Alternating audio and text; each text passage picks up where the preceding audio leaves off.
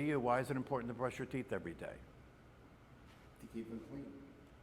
To keep them in your mouth, right? Yeah, why is it important to have a medical examination by your primary care physician once a year? Why is it important to do anything? Why is it important to eat every day? You know what I mean? Yeah, I mean, because that's what works. It's real simple stuff. It's what works. It's what works. If you want to accomplish something that requires consistency and diligence and patience, well, then you got to do it consistently so you can practice that patience and diligence and consistency. It's just the way it is, you know. It's exactly the same phenomena if you plant a seed in the ground and you water it whenever you feel like it or whenever it occurs to you. You're not going to be very good at gardening, you know. You have to do it in concert with the way it works for the plant, you know. It requires water to grow and consistent water to grow and consistent exposure to the right environment to grow. It's got to get sunlight, you know, all that, right? So meditation is the water for the plant, the seed. Meditation is the sunlight to grow the seed. Meditation is all that. You know, it creates an atmosphere in which your evolution can occur. It creates an atmosphere in which the waking up process lights up. When the waking up process, it's like you plug the plug of the energy into the wall that starts the process of awakening when you're meditating. Yeah, and so, you know, once it's turned on, once the seed sprouts, it starts to grow, and then it's a question of, do you cultivate it? Do you nurture it? You know, do you stay with it? And, you know, it's not just a matter of consistency in terms of practicing meditation every day. That's the initiation phase. You know, that's the getting your feet wet phase, right? Really, it's really almost improper in a sense to have a conversation about the teaching beyond a certain point with somebody that doesn't have a consistent practice. See, that's a mistake that I make, right? Because, you know, people get into conversations, well, what about this, what about that? And, you know, we get into these conceptual conversations about meditation that involves, you know, predetermination, involves all these other understandings about the body and the mind and the brain and all that. And it's easy to get carried off into that, you know, and to read all the books and to listen to the teaching, right? And then ignore the practice. It's easy to do that, right? Because the other stuff is kind of entertaining, you know what I mean? It's kind of interesting. It can be academically interesting. It can be that kind of a thing where you're interested in it. On the other side of the same coin, you know, if you practice consistently every day and you're meditating, and this is often the case with meditators, especially people who are practicing mindfulness-based meditation. You know, if you practice every day, but you never do any study, you never read the teaching, you never listen to the teachers, how far is that going to go? You know what I mean? I mean, you know, it can make a difference, but only if you're either studying the teachings or in an environment where the teachings are being taught. Otherwise, you really don't know what you're doing. I mean, you know, you don't have to know what you're doing to relax the body. You know, that's stress reduction. You don't have to know too much. But when you're doing this form of meditation, as I have said here before, for the bird to fly, for the awakening to occur, there needs to be a marriage between the teaching, the Dharma, and the practice. There are two wings on a bird, and they have to both be workable in order for the bird to fly. And that's the way it is with this. If it's another way to say it is balance, you know, what the Buddha said, you know, the middle way. Too much reading and study, no practice, that's out of balance. Too much practice, no study, that's out of balance, right? There is a balance that comes into play. And that balance is a balance that if you do succeed in establishing see, I say that you should focus on establishing a meditation practice first. You know, then that's out of the way, then you're not dealing with that, you know, and then you're free to start to give energy and attention to studying the Dharma, studying the teaching. And when I say studying the Dharma and studying the teaching, I don't mean that you have to necessarily be studying Buddhism or any particular form of Buddhism or Zen Buddhism or Taoism or Hinduism or Judaism or Christianity. No. I'm not saying that you have to, I'm not referring to any particular thing. I'm referring to the truth. The truth is expressed in all of those philosophies and religions. But, you know, you have to get to, in some of those religions and philosophies, have to get to the mystical version of it, not the institutionalized version. Mystical Christianity is a completely different thing from institutionalized Catholicism, for example. It's a completely different thing. The two things are, and the mysticism is consistent with Buddhism and Taoism and Hinduism and the Advaita Vedanta. So what I'm saying is the interest should be in the truth. And where do you go to find that truth? You know, if you've come up in a Christian, if you come up and you were raised a Christian, you may be interested in reading, the Christian version of the truth. You might be interested in reading or listening to Richard Rohr, for example. He expresses the truth through Christianity. You know, he talks about non-duality in a Christian context, right? So you can approach it through Judaism, you know, Hal Eisen. You know, I've shared with you Hal Eisen, right? Hal Eisen comes from the Jewish perspective. He comes from the Kabbalah. And in the Kabbalah, in the Jewish mystical teachings, if you read it, it says the same thing as Buddhism. It says the same thing as mystical Christianity. It says the same thing as the Advaita Vedanta. It says the same thing as Taoism. So the truth exists in many different forms. So you don't have to be a Buddhist. You don't have to be anything to study the truth. But you have to have some understanding that you're developing along with the practice. And as you develop the understanding, it informs the practice. Anybody here who, some of you have been around long enough to know what I'm talking about. It informs the practice. When you're practicing meditation, after you've developed a deep enough understanding, the practice is not the same practice as you were doing when you were just learning the technique. It's a different practice. And that's when Shikantaza comes into view, you know. Shikantaza is the natural practice, and Dogen was one of the most famous Zen masters. And he came up with Shikantaza. And there's different versions of Buddhist practice. The Chinese changed it a little bit. The Japanese changed it a little bit. The Indians changed it a little bit. And so you have these different offshoots, right? But they're all essentially based on the fundamental truth. One of the things, I heard somebody talking about this today, that there is developing and evolving an American form of Buddhism. And what this Zen teacher was saying is that it should be the case, that America is different, and this time is different than 2,500 years ago. And this, even today, this is different than India and Japan and China, right? America is a uniquely crazy country, uniquely neurotic country.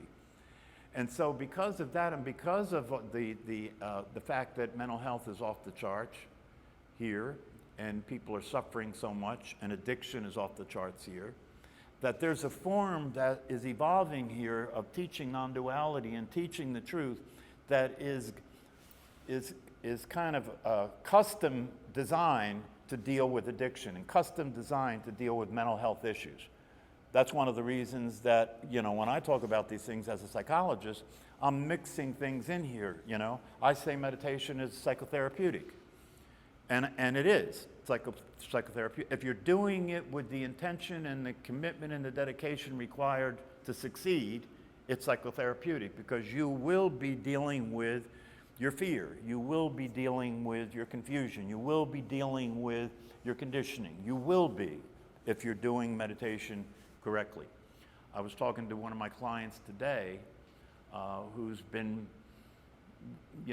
working with panic attacks. I mean, when I first started to work with him, he came because of panic attacks. And that's a common thing for people these days. Fear is probably the biggest mental disturbance people are experiencing. And panic attacks is just intense fear. Whether you deal with this now or you don't deal with this now, in a certain way doesn't matter. But someday you have to deal with it. If you're going to stay on this path to waking up, at some point, anybody on this path has to face their fear. That's part of the process, because the personality is paranoid and the personality is a fear-based operation, right? So as I have said here before, if you really pay attention, you're always afraid. It's just a question of whether you can find a situation to justify it, but you're always afraid. You wake up in the morning afraid if you're really paying attention, right? So it's one of those things, you know, do it now or do it later, but you are going to do it. And the same thing is true with this whole process of waking up, by the way, you know? And the reason that's the case is there's nowhere else to go. Everybody's on the same train. Everybody's in the same process here, whether they ever heard of meditation or not. A person who, you know, Adolf Hitler is on the path, you know? Putin is on the path, you know? Everybody, Donald Trump is everybody's on the path, whether they know it or not, right? Now, you may be on the path, but you're so unrealized, you know what I mean, that you don't know about any path. You're just making money, you know? You don't know about any path, and you don't care about any path, and you think that's all a bunch of hogwash. You're interested in making money, getting as much toys as you can before you die, staying in control, getting a good-looking woman, having a lot of sex, you know, having a lot of pleasure, eating plenty of ice cream, you know, all that stuff, right? But someday, you know, I mean, you can put it off, right? You can put it off, but someday you're going to have to deal with it. Someday, whether it's through meditation or some other situation, you're going to have to take a step in your own evolutionary process toward the, you know, toward home plate, toward the final realization. So if you understand that, you understand there's no way out of this. There's no exit. There's nowhere to go. You know, this is, and the longer it takes, the more you get to suffer. It's important to let yourself see this. You know, the longer it takes, the more you get to suffer. You can put it off. You can justify it. You can avoid things that make you afraid. You can seek pleasure. You know, you can keep living that way, right? You can keep trying to ignore the truth, which is that you're miserable and that you have to keep doing things to distract yourself, or otherwise you'll kill yourself. You know? But don't worry about killing yourself, because you can't kill a dead person. Okay? And until you do this work and wake up, you are a dead person.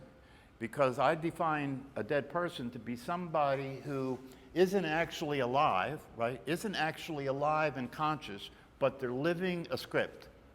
And the script was put into your mind and in your brain when you were conditioned, and every day you get up and you know, you look in the mirror and you see the person who has your name, that has your background, you know, that had your childhood, right? That thinks the way you do, that acts the way you do. Do you see that in the mirror in the morning? And then you start acting out the script. You just act the script. You wouldn't do anything that's not the way you are. You wouldn't do anything that's outside of your script. You can't do anything outside of your script, right? But if you're living your life in that script, it's a little life. It's a small existence, right? And that existence is promulgated on the idea that the most important thing for you to do is survive. That's why people say, I'm just getting through this. I just want to get through this. That's the epitome of ignorance and stupidity. And yet, the masses are functioning that way, right? Everybody knows Wednesday's a hump day. Everybody knows Friday's better than Monday.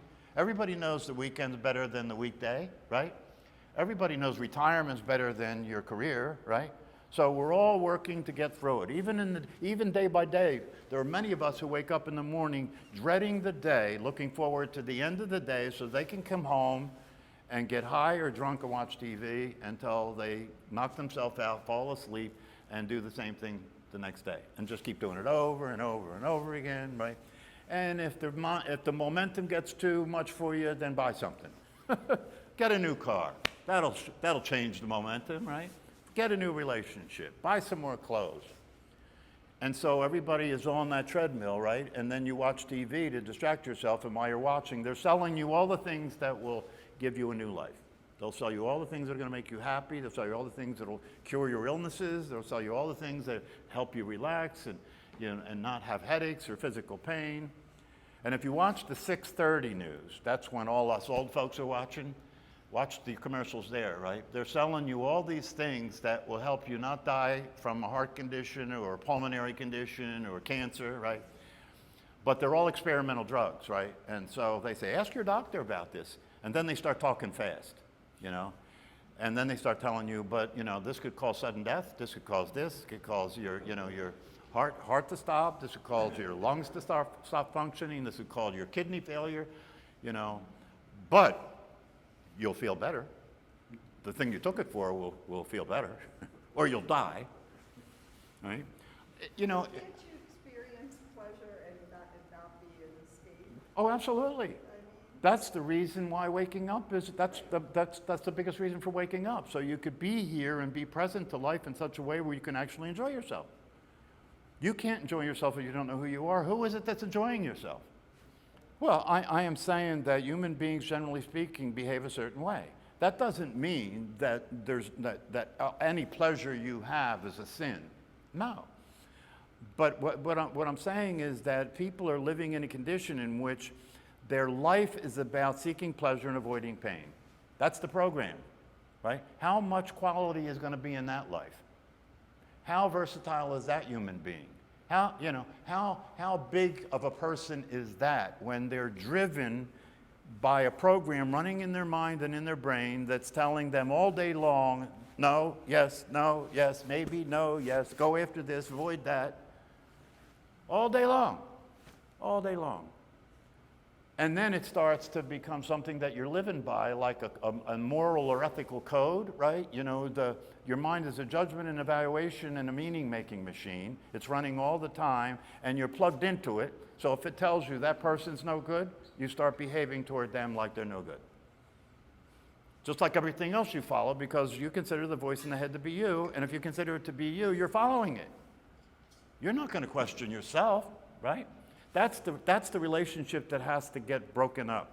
You know, the relationship between you and your mind has to get broken up.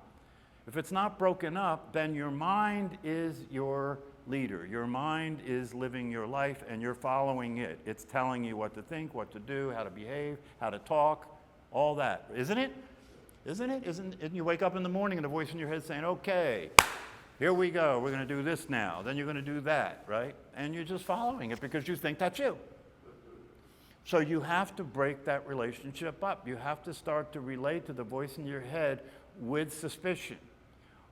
Paying attention in such a way where you understand that if you're told that that voice is not acting in your best interest, and it may have you survive to continue to be miserable, well, what's the point here? You know, it may have you survive to continue to be miserable. Well, that doesn't work. Right? So if you start paying attention to the voice in your head and you're watching what it's doing and you're watching what it's saying and now because you have an awake awareness that can see it, not be it, now you have the discretion to see what it's doing. Now you can realize, oh, that voice just told me to say X, Y, and Z to my wife. That's going to start a fight. I'm not doing that, right? So then once that starts, and once you get it, once you realize that to break up that relationship and start to pay attention to that voice can offer you a completely different way of being, can offer you a completely different way of behaving, can offer you a completely different life, because now what you do will come from your awake ability to see in real time what's going on and what will work and follow that. Instead of just listening to the voice in your head that gets you in trouble, and then it helps you to justify what you did, and then it explains it away, and then it stuffs it, right, until the next time, and then you play the same thing over and over again. And your life is a pattern. It comes from paying attention, and paying attention is part of the practice. Yeah, it comes from paying attention and then using your ability to pay attention to look. To look now, right? And one of the things you do when you start to wake up to the idea that you have the ability to pay attention, and this attention can be used by awareness, and when awareness uses this attention, it's got natural ability to see what's going on. It's got discretion, right?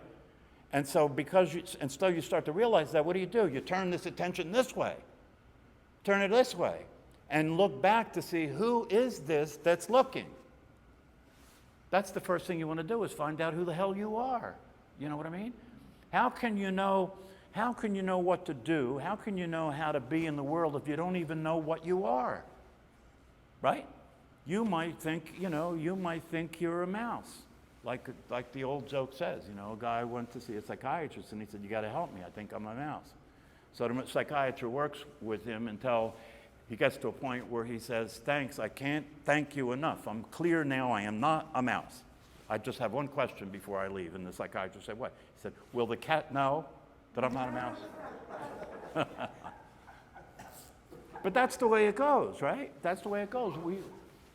We can try, and one of the things that happens in the practice of meditation and the spiritual practice, and this happens in psychotherapy too, it's called the honeymoon period, right? In the beginning, when you're like all excited and turned on, about meditation, oh, I'm going to wake up, I'm going to be enlightened, and all that, right? And until you start to come in contact with what it requires, right?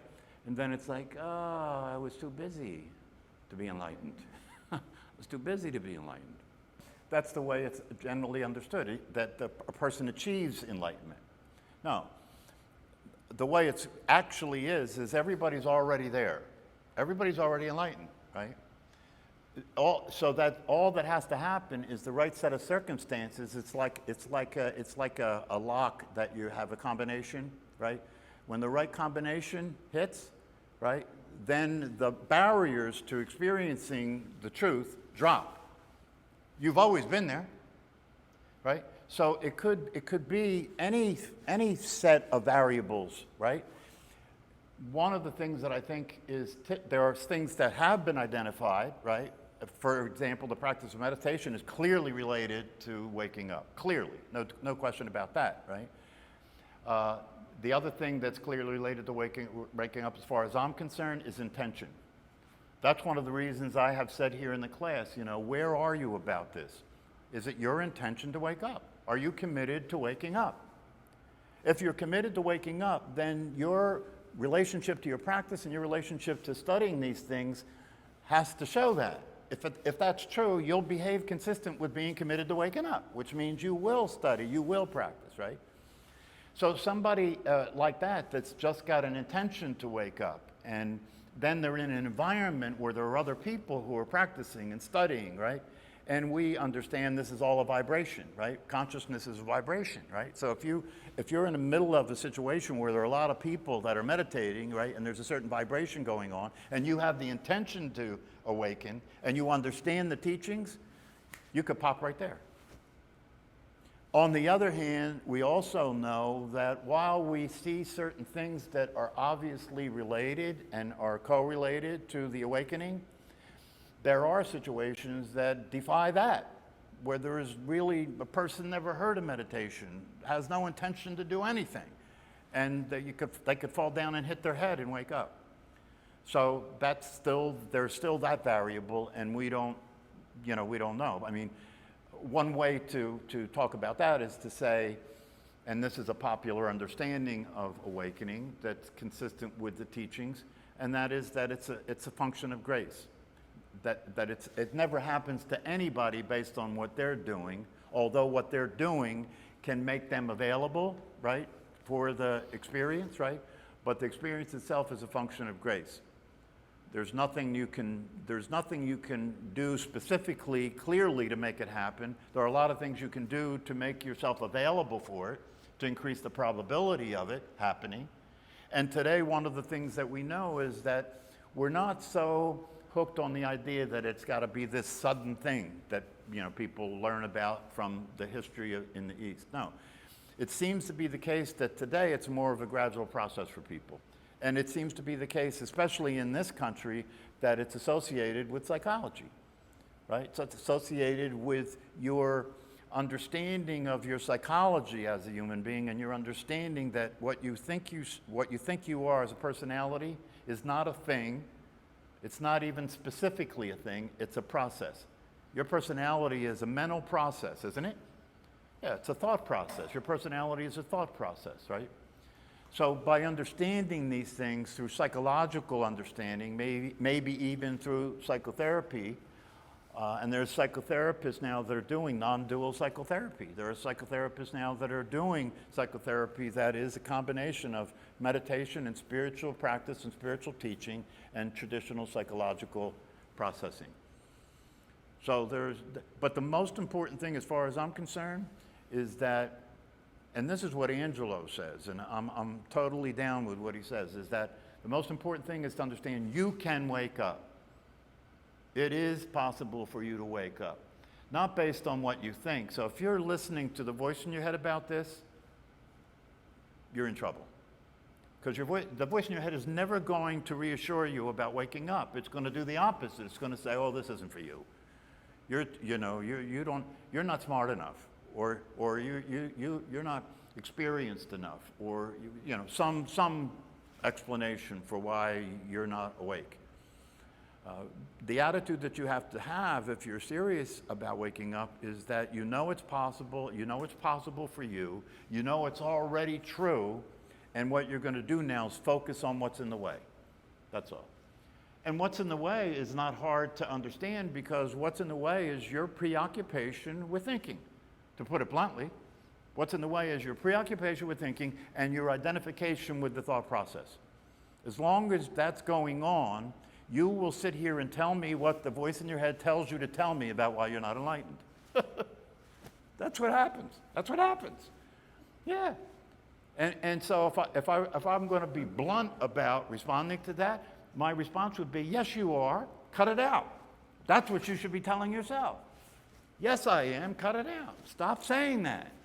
Because every time you say that, you're creating that it's true. And then you'll live consistent with what you said. That's not going to go anywhere, right? You have to have the audacity to take on the fact that enlightenment is available to you, it can happen to you, and you have to be committed to it, and you have to have intention for it, and you have to have it be something that you have an intention and an absolute commitment to realize in this life. That'll go a long way. I mean, in my own case, when I look at is there anything I could point to that seems to have a real connection to awakening, right? And the one thing that pops up when I think about that is that I remember when I was a young man, and I've shared that here before. I was a young man, and I remember clearly saying to myself, I am not going to be a product of my conditioning. In my case, my conditioning was a horror show, right? But in any case, conditioning is detrimental. And I made a clear statement, I'm not going to be a function of my conditioning. I am going to commit myself to living a created life, to living an intentional life, to living a life that's based on what's possible, not what happened before now, but just what's possible. And I'm committed to that, and I am going to do everything in my power to realize that. And I may fail, but I'll die trying. That was my commitment. And that should be your commitment. Why wouldn't that be your commitment? If you know that waking up is possible, if you know that waking up is essential, that transition has to happen for you to go on and realize a life, the possible life you could be living, to have the quality of life that's possible, to transcend death. I don't want to scare you, but, to transcend death, to transcend suffering. If that's really available, how the hell could you not be committed to this? I don't understand. How but if you start listening to the voice in your head, it'll tell you how you cannot be committed to this. Oh, you're so busy, you have so much to do, you really can't afford the time to meditate, and and you're limited in your understanding of this, you're probably getting over your head already. Why don't you just buy a car? That's the way the voice works. I mean, on a smaller scale, somebody that's attempting to practice meditation, you guys probably know, you've been there, done that. You go to practice meditation, right? And it's time to sit down and meditate, right? And the voice will go, not now. Not right now. Later. You'll do it later. Then later comes and it's time to meditate again. And it's like, oh, I'm tired now. I probably couldn't stay awake through meditation. I couldn't maintain my attention in meditation. Tomorrow, in the morning, when I have a lot of energy, tomorrow morning comes, you wake up, and you have the energy, and it's like, oh man, I could either meditate, or I could watch this show on TV, or I could go shopping. Right? And then it's not long before it's like, yeah, go shopping. Yeah, meditation, you can do that anytime. You can do it anytime. You'll do it tomorrow. You know what I'm talking about, right? And then what happens is that if you go along with this voice for a while, right, eventually the voice starts saying things like this. Why don't you just give up? You know, what's the point? Why do you keep trying to do this? You've been failing over and over again. Maybe this isn't just for you. Why don't you just give up? That's the kind of thing that goes on.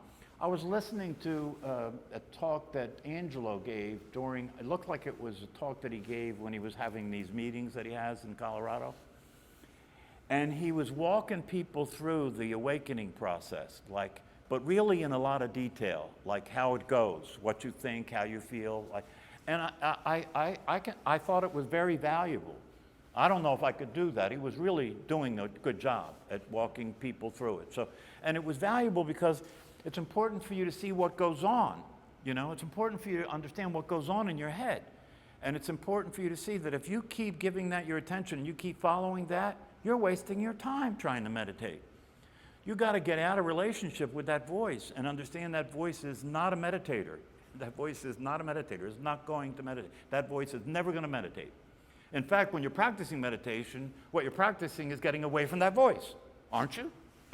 Yeah, you're practicing moving your attention away from that voice.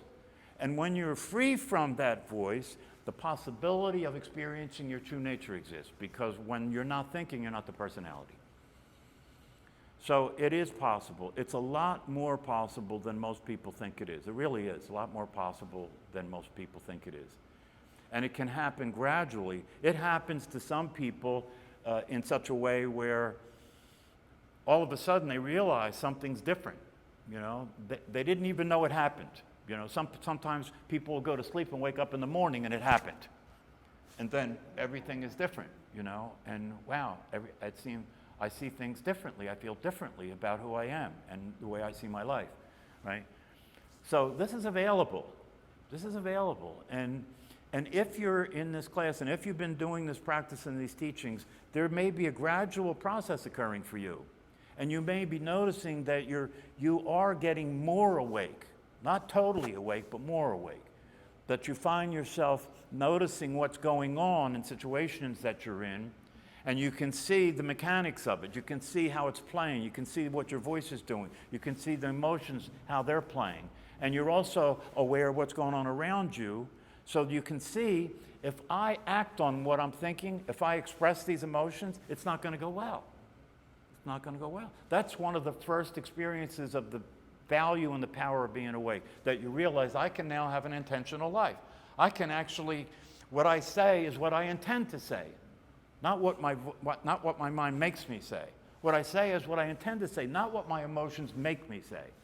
What I do is what I intend to do, not what my brain and my mind compel me to do. I'm living in an awake life that I can have intentions about who I am. I can have intentions about how I act and what I say and what I do. And I can be committed to a process of letting go of my inhibition. You know, one of the things that happens after awakening, you're not totally done. You know, after awakening, you start the process of becoming liberated, right? Now you're awake, you can start to work on your liberation. And part of that work is to come into contact with and become aware of your inhibitions, right? What are your inhibitions? Your inhibitions are the ways you're withholding, holding back, right? And one of the things that occurs to somebody once you're in an awake state is how you're holding back the expression of unconditional love. Because when you're awake, you know yourself as that. And when you're awake, you understand that love is a giving process, not a taking process. You understand that. But then you look around you and you see people in your environment, right? And you know that if I were to really let go of my inhibition about expressing unconditional love, how would I behave with them? I would be really vulnerable. Do you know what I mean? I'd be wearing my heart on my sleeve, right? And so that becomes a process where you have to gradually face that and face the fear about it and start to be willing to just express love. And that's a process that takes some time.